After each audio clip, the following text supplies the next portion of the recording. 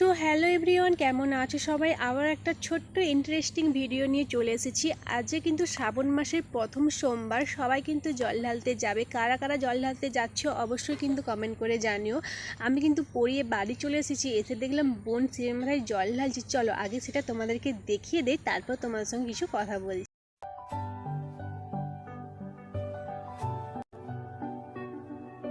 তোমরা তো দেখেই নিলে যে বোন জল ঢালছিল। কারা কারা জল ঢালতে যাচ্ছ, কোথায় জল ঢালতে যাচ্ছ অবশ্যই কিন্তু কমেন্ট করে জানিও। আমরাও কিন্তু জল ঢালতে যেতাম, কিছু কারণের জন্য যাওয়া হয়নি। আমরা কিন্তু লাস্ট সোমবার যাব জল ঢালার জন্যে। জানো তো আমার সব চুলগুলো না উঠে যাচ্ছে। তোমাদের কাছে যদি কোনো টিপস থাকে অবশ্যই আমাকে কমেন্ট করে জানো তো। আজকে ভাবলাম যে চুলে একটু তেল, তারপরে হচ্ছে যে ভাতের ফ্যান আর হচ্ছে নিম পাতার রস দিয়ে ভাবলাম শ্যাম্পু করব, চুলটাকে একটু ওয়াশ করতে হবে। জানো তো সব চুল উঠে চলে যাচ্ছে, কি যে করব। দেখো টাকলু পড়ে যাচ্ছে, চুলটাকে ঢেকে রেখেছি বলে বুঝতে পারছো না, পুরো টাক।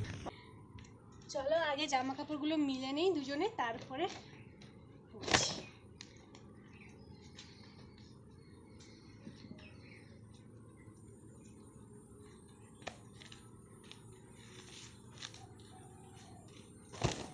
যা রোদ উঠেছে বৃষ্টি হওয়ার পরে। দেখো আমি ছায়ার মধ্যে দাঁড়িয়েছিলাম, রোদ দেখেছে, দেখো মাথা ফেটে যাবার মতো।